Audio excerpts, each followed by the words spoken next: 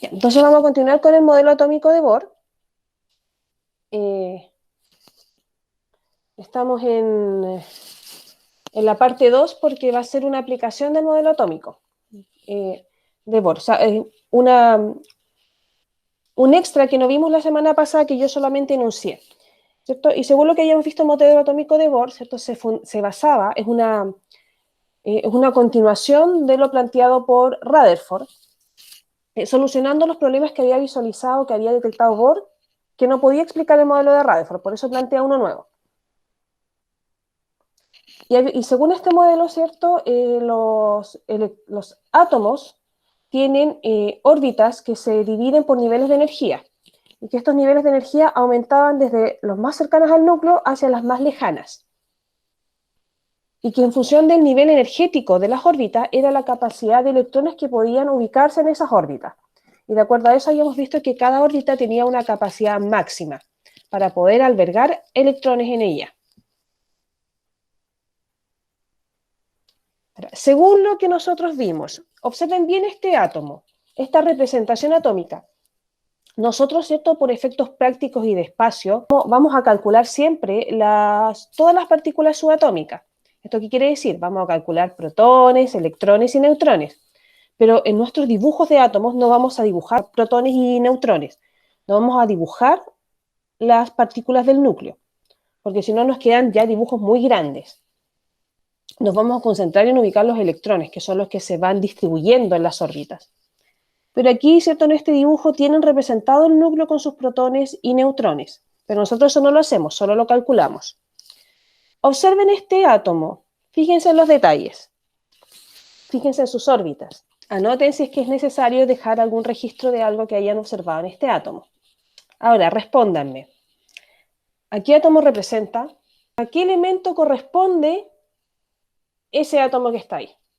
Esto recuerden que no se lo tienen por qué saber de memoria. Ustedes observan el átomo y según lo que observaron y detectaron en el átomo, van a su tabla periódica y me pueden decir qué elemento está representado con este átomo. Pensemos, ¿en qué tendría que fijarme para saber qué átomo es? ¿Qué debiese contabilizar? Como habíamos visto, si tengo un átomo alotrópico, recuerden que hay igualdades que se tienen que cumplir. ¿Cuáles son las igualdades? Que el número atómico que representamos con la letra Z va a ser igual a la cantidad de protones y a la cantidad de electrones. Si tenemos esa igualdad, yo tengo que contabilizar, como dijo la compañera, las pelotitas, las grises en este caso, que son más fáciles de contabilizar, que representan a los electrones, porque están ubicados en las órbitas. Y sabemos que, de acuerdo a lo que yo le escribí, esa cantidad de electrones tiene que ser igual al número atómico. Y teniendo eso, yo puedo buscar el elemento en la tabla periódica. Ya vamos viendo por órbita. ¿Cuántos electrones tenemos en la primera órbita? 2, ¿cierto? Me voy a posicionar yo acá. Aquí tengo uno y en el lado opuesto tengo el segundo. Tenemos 2. Anotémoslo en nuestro cuaderno, 2 y un signo más al lado, porque tenemos que ir sumando. En la segunda órbita, me voy a posicionar aquí arriba, aquí mismo. Esta va a ser mi línea de referencia. Y voy a empezar a contar en sentido horario. ¿Qué quiere decir eso? Hacia la derecha me voy a empezar a mover, como las agujas del reloj. Eso es sentido horario. Parto aquí. 1, 2, 3, 4, 5, 6, 7 y 8. Y ahí retorné al comienzo. Tengo 8. Entonces tenemos el 2 más, colocamos el 8. Y al escribir el 8, colocamos al tiro al ladito el signo más. Vamos a partir con la tercera órbita. En el mismo lugar. Partimos acá en sentido horario. 1, 2, 3, 4, 5, 6, 7, 8, 9, 10, 11, 12, 13 y 14, porque ahí ya el que sigue ya lo contabilizamos. Entonces, lo que tenemos que hacer es sumar estos parciales que fuimos contando. Los electrones de la primera órbita, más los electrones de la segunda órbita, más los electrones de la tercera órbita. Va a ser 2 más 8 más 14, qué es lo que me respondieron las dos compañeras por audio y lo que me están respondiendo ahora ustedes por el chat. 24 electrones. Este átomo que está representado en este diagrama tiene 24 electrones en total. Entonces, ahora, tenemos los electrones. ¿Por qué las compañeras me respondieron cromo? Cuando yo les he dicho, hemos trabajado bajo ese supuesto, de que estamos con átomos alotrópicos. ¿Eso qué significa? Que estamos trabajando con átomos neutros, que no tienen carga. Y cuando estamos en esa condición, el número atómico, que se representa con la letra Z, es igual a la cantidad de electrones siempre. Entonces, si en este átomo tenemos 24 electrones, en este átomo la cantidad de electrones es 24 y estamos en un átomo alotrópico donde la cantidad de electrones siempre es igual al número atómico, esto nos lleva a que el número atómico de nuestro elemento es 24. Y si el número atómico del elemento es 24, vamos a la tabla periódica e identificamos qué elemento tiene ese valor de número atómico, y es el elemento que tiene símbolo atómico Cr, que es el cromo. Por eso la respuesta correcta es cromo. Entonces nosotros con esto podemos identificar, sabiendo cómo se distribuyen las órbitas, podemos identificar si hay errores o no. ¿Y cómo podríamos identificar si hay errores en la representación atómica? Porque nunca podemos olvidar esto. La cantidad de electrones que cada órbita soporta. Vamos a checarlo un poquito. Entonces, si yo les dibujo un átomo, ustedes podrían decirme si está correcto o no, dependiendo de esto. Siempre tenemos que respetar estos máximos. ¿Cuántos electrones puede tener cada nivel de energía como máximo? Y contabilizando los electrones que están representados, nosotros podemos identificar cualquier átomo y podemos reconocer también si ese átomo está bien representado o está mal representado, recordando que cada órbita, en función de su nivel de energía, desde el núcleo a la periferia, tiene un máximo de electrones que puede soportar, que es esta escalerita que nosotros vimos en la clase pasada, y que no se nos puede olvidar. ¿Cuántos son los electrones máximos que podemos dibujar? Podemos dibujar menos, dependiendo de los electrones que estén presentes en el átomo que estamos representando, pero nunca jamás más que esa cantidad. Entonces, esto también nos podría permitir detectar errores en una representación atómica, si no se cumplen estos máximos. Ahora vamos a ver la segunda parte, que es, porque como vimos la semana pasada, lo que planteaba Bohr es que los electrones pueden modificar su nivel de energía al absorber y liberar energía lumínica. Absorben energía de la luz y después pueden liberar esa energía de la luz. Y de esa manera su contenido energético a través del tiempo se mantiene constante. Y esa constancia es lo que le permite mantenerse en una órbita definida, sin ser absorbido por el núcleo positivo. Como vimos en la clase pasada, los electrones pueden modificar su contenido energético absorbiendo energía de la luz. Tenemos la luz, y este electrón que está representado en color azul está ubicado en la segunda órbita, en el segundo nivel energético, y absorbe energía de la luz. Si ese electrón absorbe energía de la luz, ahora va a tener más energía. Si tiene más energía, ya no puede mantenerse girando en la órbita que le corresponde, porque tiene más energía. Entonces salta a la órbita siguiente en energía, salta a la órbita inmediatamente superior. Entonces en este caso, como inicialmente se encontraba en la órbita 2, salta a la órbita 3, al aumentar su contenido energético porque absorbió energía de la luz. Cuando esto ocurre, cuando el electrón aumenta su contenido energético y salta a la órbita siguiente, que es más energética, que es el electrón que está representado acá en color amarillo, decimos que este electrón está en su estado excitado, está más energético, y por eso se movió a la órbita siguiente. Entonces, cuando un electrón está en estado excitado, es porque absorbió energía, lo tengo que mover a la órbita que sigue, en nivel energético. Ahora, entonces, este electrón excitado va a empezar a girar ahora en la tercera órbita, en el nivel 3. Ahora, esa posición de este electrón excitado no se va a mantener por siempre, porque así como absorbió energía en un momento, en otro momento va a liberar esa energía absorbida. y la libera en forma de fotón, en forma de luz. Así como absorbe luz, cuando absorbe la energía, cuando la libera, emite luz, libera fotones. Esa energía la libera en forma de fotón, que es como se mide la luz. Y cuando pierde esa energía, retorna, se devuelve a la órbita original. O sea, vuelve a saltar ahora de la más energética, que era el 3 en este caso, a la original, que es menos energética, que es la 2. Y cuando esto ocurre, cuando el electrón está en la órbita que le corresponde, decimos que ese electrón está en su estado basal o base. Entonces, de esta manera los electrones absorben, saltan a las órbitas siguientes, liberan, se devuelven a la órbita original. Y de esa manera van fluctuando su nivel energético y eso les permite mantenerse. Y eso es lo que estaba representado en este gráfico que vimos muy por encima en la clase anterior. Entonces, cuando tenemos energía absorbida acá, en la parte más izquierda, ¿cierto? Lo que representa esta flecha amarilla es que el electrón salta a una órbita más energética. Si está en la 2, va a saltar a la 3, si está en la 3, se va a mover a la 4, si está en la 4, se va a mover a la órbita 5, si está en la 5, se va a mover a la órbita 6, y así sucesivamente, de la 6 a la 7. Saltan a la órbita siguiente. Pero así como pueden subir de nivel energético al ir adquiriendo energía, al ir absorbiendo energía de la luz, va a llegar un momento en que la van a liberar. Cuando se liberan, se devuelven. De las 6 a las 5, de las 5 a la 4, etc. Así con las siguientes.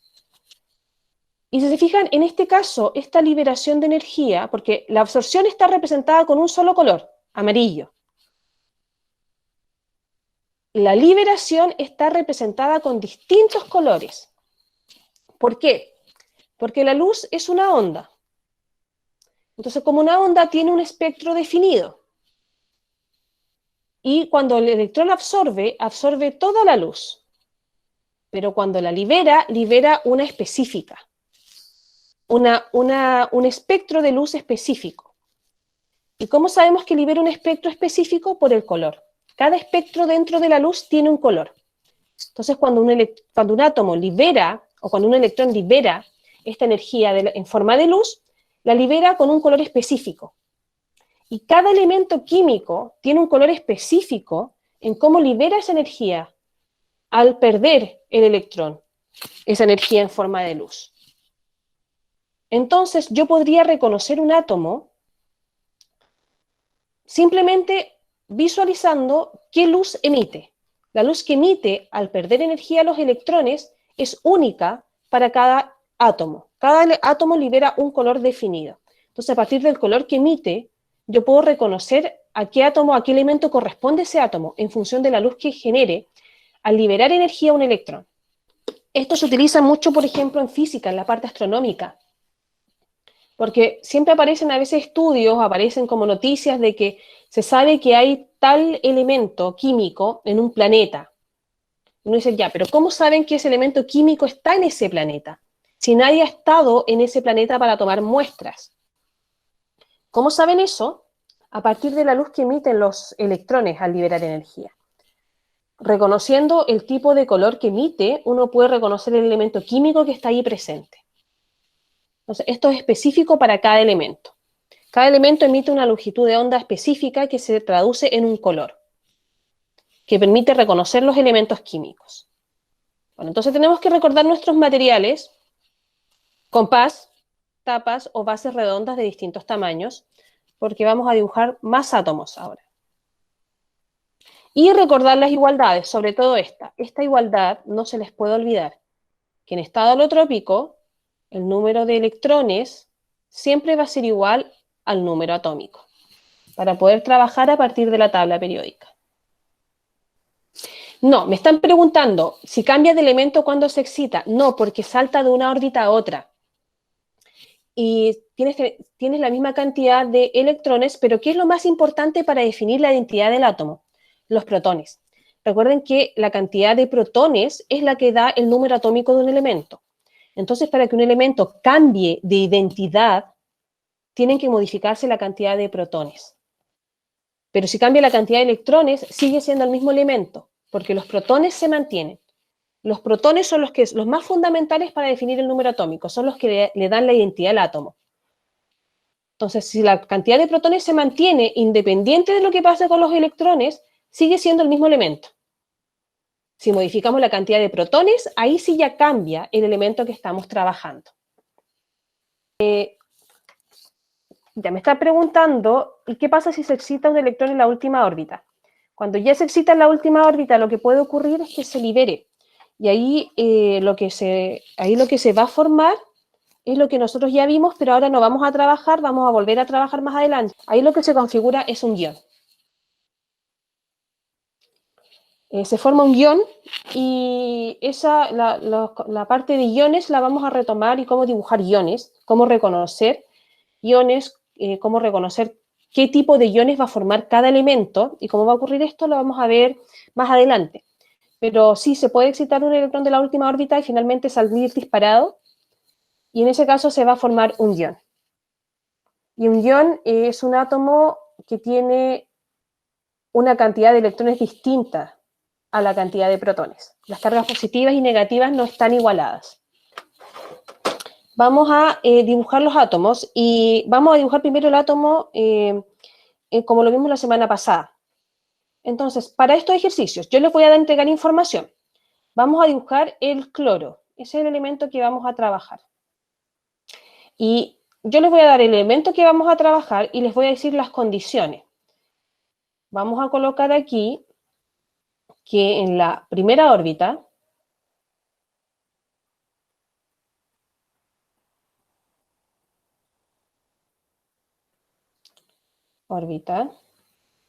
tenemos un electrón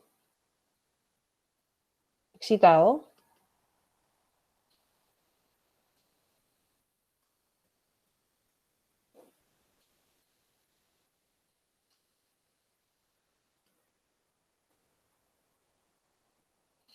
y en la segunda órbita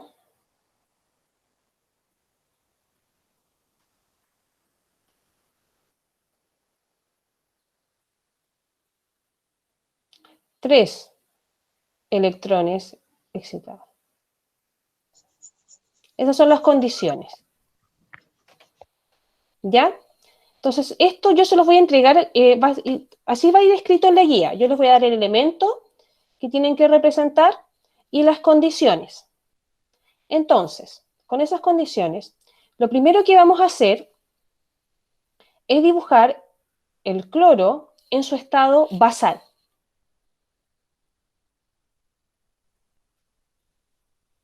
O sea, esto quiere decir que vamos a dibujar el cloro con los electrones en la posición que les corresponde originalmente, según el modelo de Bohr, que es lo que vimos en la clase anterior.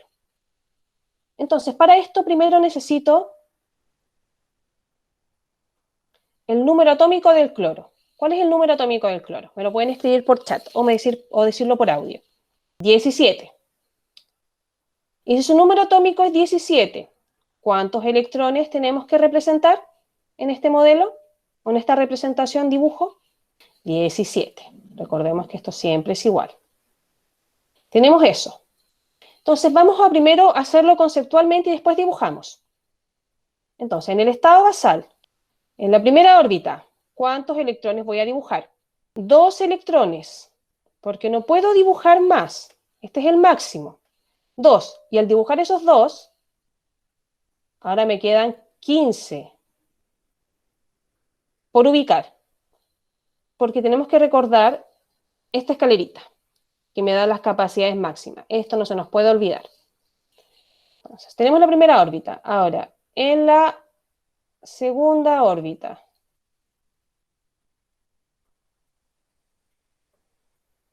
¿cuántos dibujamos? 8 electrones. ¿Qué es la máxima capacidad? ¿Y por qué la lleno al máximo? Porque todavía me quedan 15, que es mayor a esta capacidad. ¿Cuántos me quedan? Me quedan 7. Perfecto. Entonces, en la tercera órbita, ¿Cuántos electrones voy a dibujar? Perfecto, los 7 que me faltan. ¿Y por qué voy a dibujar todos los que me faltan? Porque esta órbita tiene una capacidad máxima de 18 electrones. Entonces, al dibujar todos los que me faltan, todavía no alcanzo esa capacidad máxima. Así que dibujo todos los que me faltan. Esta es la ubicación por órbita que debemos incluir al dibujar nuestro átomo de cloro en el estado basal. O sea, ahora lo vamos a dibujar en la página siguiente. Vamos a poner en el centro nuestro núcleo. Entonces, la primera órbita. Voy a dibujar uno arriba. Ahí tenemos los dos de la primera órbita. Ahora nos vamos a dibujar la segunda órbita. Nuestra segunda órbita. Entonces, son 8, por lo que definimos acá. Entonces voy a dibujar la cruz primero. Uno arriba, uno abajo, uno a la derecha y uno puesto a la izquierda. Una vez que tengo la cruz, voy a hacer las diagonales. 5, opuesto, 6, y ahora esta diagonal, 7, y el opuesto, 8. Y ahí tengo la segunda órbita. Ahora vamos a dibujar la tercera, que es esta, con 7 electrones.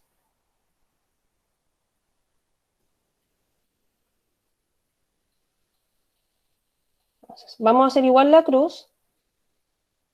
1, 2, 3, 4. Tengo la cruz. Ahora la diagonal. 5, el opuesto, 6, y acá la otra diagonal que no va a quedar completa, 7. Y ahí tengo el átomo de cloro, la representación según el modelo de Bohr para el átomo de cloro en su estado basal. Recordemos que esto es estado basal.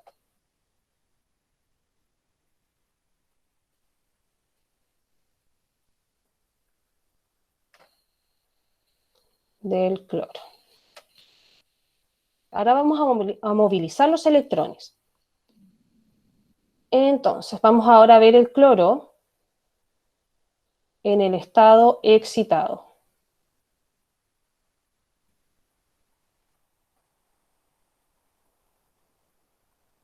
Entonces, vamos a repasar. En la primera órbita teníamos 2 electrones. En la segunda, 8. Y en la tercera, 7. ¿Por qué vuelvo a escribir los electrones en estado basal? Porque son nuestra referencia para ver cómo va a quedar el átomo en su estado excitado. Entonces tenemos esto que era nuestro estado basal. Entonces vamos acá a lo que yo di como indicaciones al comienzo.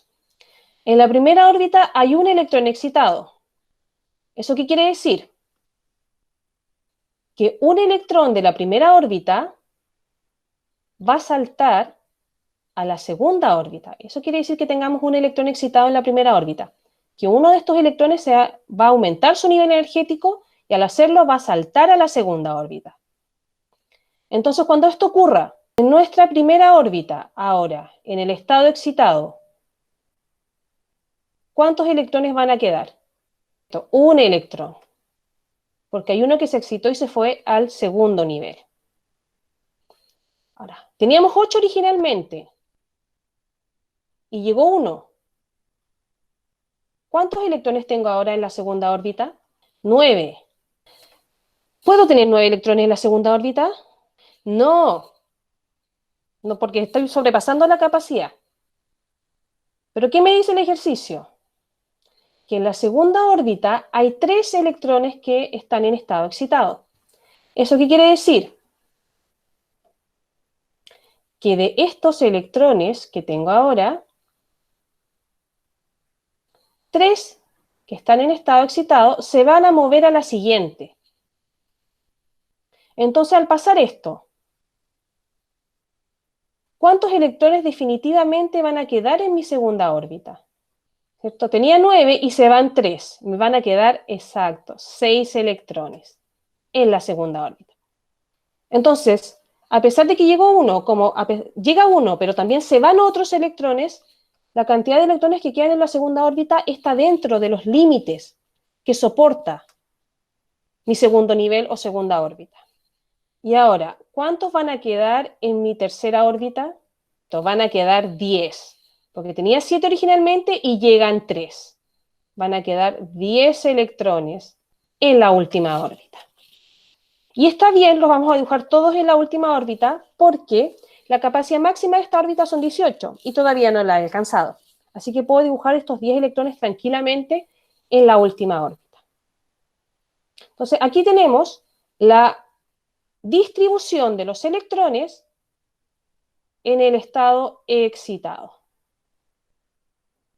Entonces, se fijan, primero tenemos que tener claro, para poder distribuir los electrones en el estado excitado, primero tenemos que tener muy claro cuántos hay en el estado basal, para poder ir moviendo los electrones y ver cuánto queda acá. Entonces, ahora vamos a dibujar el cloro en el estado excitado. Vamos a tener el núcleo, primera órbita, solo un electrón. Recuerden que estamos dibujando este estado, el excitado.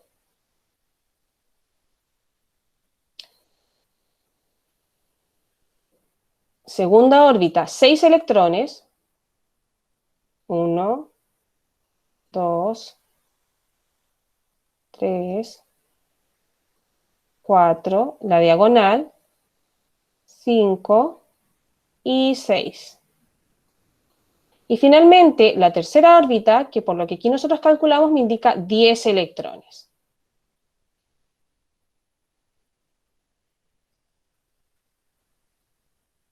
Entonces vamos a dibujar 1, 2, 3, 4, la primera diagonal, 5, 6, la segunda diagonal, 7, 8, y voy a hacer uno por acá, 9 y 10. Pues aquí tengo mi representación del cloro, pero esta es mi representación en el estado excitado de los electrones. Entonces, cuando hacemos el estado excitado, tienen que dibujar 2 veces los átomos, en el estado basal y en el estado excitado, para ver cómo se mueven los electrones. Ahora vamos a dibujar el aluminio. El aluminio tiene un Z igual a 13, por tanto tiene 13 electrones. Entonces, para este átomo yo voy a decir que en la primera órbita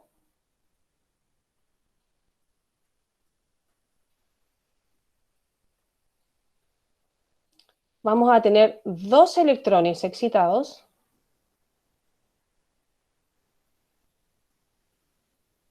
y en la segunda órbita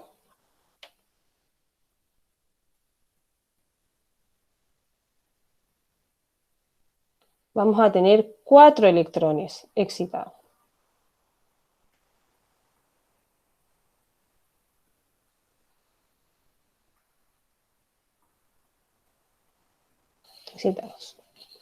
Esas son nuestras condiciones. Vamos a ver el aluminio en estado basal. Entonces, de acuerdo a lo que vimos anteriormente, tengo 3 electrones. ¿Cuántas órbitas debo dibujarle al aluminio? 3 órbitas. De acuerdo a las capacidades y la cantidad máxima, la cantidad de electrones que tiene este elemento, me indica 3 órbitas. Vamos a ver. Primera órbita. Segunda órbita.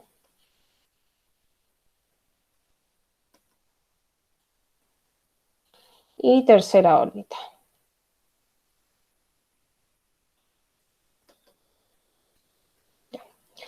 ¿Cuántos electrones por órbita? En estado basal. En la primera órbita, ¿cuántos electrones tengo que dibujar? 2 electrones. En la segunda órbita, ¿cuántos dibujo? 8 electrones. Y en la tercera órbita, ¿cuántos dibujo? Los 3 que me faltan, porque aquí 8 más 2 ya llevo 10 y debo completar 13 electrones. Entonces en la tercera órbita van los 3 electrones que faltan. Esa es nuestra, lo que tenemos que incorporar, la distribución de los electrones por capa en el estado basal. Entonces ahora vamos a dibujarlo. Aluminio en estado basal.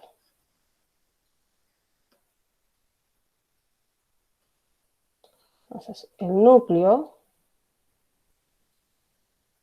la primera capa, con 2 electrones. Recuerden que nos estamos basando en esto. La segunda capa o órbita, con 8. 1, 2, 3, 4, 5, 6, 7 y 8. Tenemos la segunda capa. Y ahora la tercera, por lo que vimos anteriormente, con 3 electrones. Uno arriba, uno abajo. Me queda morfo ese. Y uno a la derecha. Entonces aquí tenemos la representación del átomo en su estado basal. Ahora vamos a ver la distribución de los electrones en la forma excitada de acuerdo a las indicaciones iniciales que nos da el ejercicio.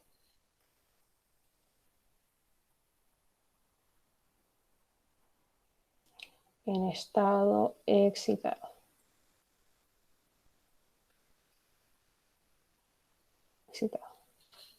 Entonces, para eso tenemos que tener como referencia lo que vimos anteriormente según el estado basal.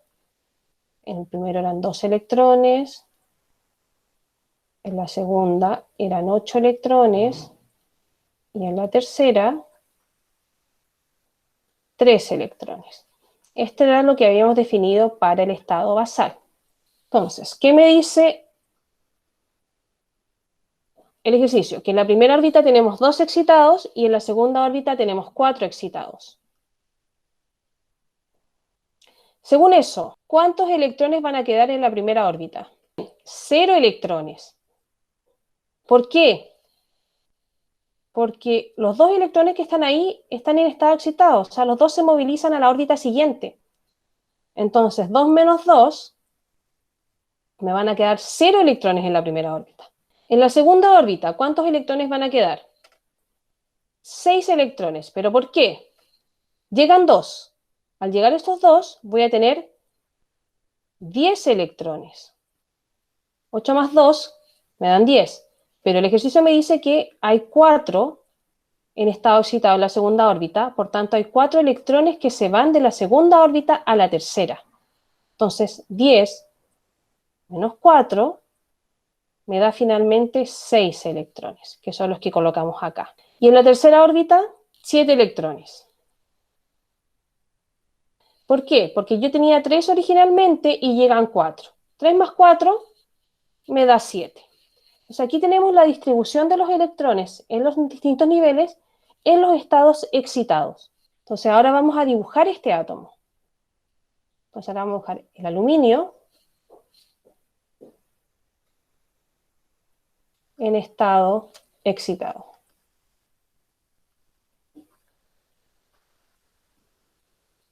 Entonces, el núcleo, la primera órbita, no tiene nada, 0 electrones. La segunda, con lo que me indica acá, 6 electrones. 1, 2, 3, 4, y a la primera diagonal, 5 y 6 electrones. Y finalmente la tercera órbita, que como vimos acá, tengo que dibujarle 7 electrones.